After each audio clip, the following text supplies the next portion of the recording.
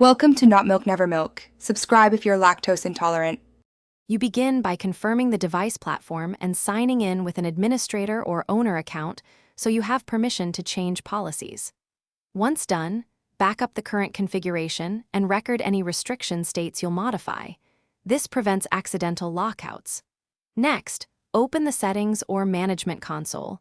Don't delay, because immediate access is required to change restriction profiles. Make sure to keep credentials and recovery options nearby in case re-authentication is needed while you proceed.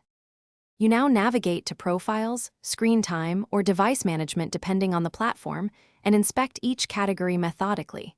Start with the most impactful restrictions, apps, web content, network, or system settings, and change one category at a time so you can track effects.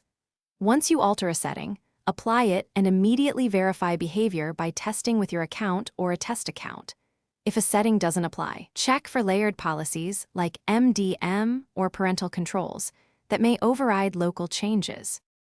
Finish by rebooting the device and rechecking each previously restricted function to confirm changes took effect. Then sync policies from any MDM, Cloud Console, or parental account so the device receives the updated profile. Clear app and system caches if behavior persists. If you still see restrictions, remove or disable conflicting profiles or third-party security apps, then reapply changes. One key troubleshooting tip: if lockout occurs, use recovery credentials or safe mode to regain access before Thanks for watching. If this was helpful, leave a like and consider subscribing. See you next time.